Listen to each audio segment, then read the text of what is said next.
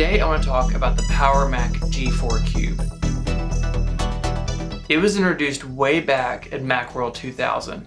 This was a long time ago. It was introduced before OS X was even in public beta, but it's a computer worth talking about today. It was the first time that Apple moved away from the 2x2 product grid that Steve Jobs had introduced when he came back to the company.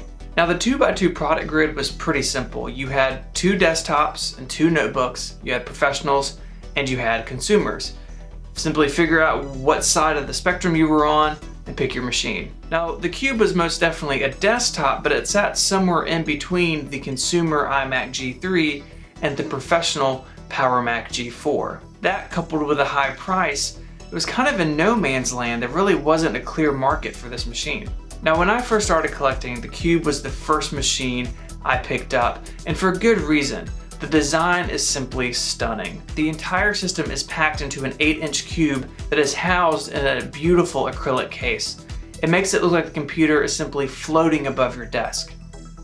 What was really amazing was how you got to the internals. Simply slide the core out of the case like some sort of science fiction movie, and you had access to things like RAM and your hard drive and the ability to add an airport card. When you were done, you simply slide it back in and lock it into place with the most satisfying sound any Apple hardware has ever made.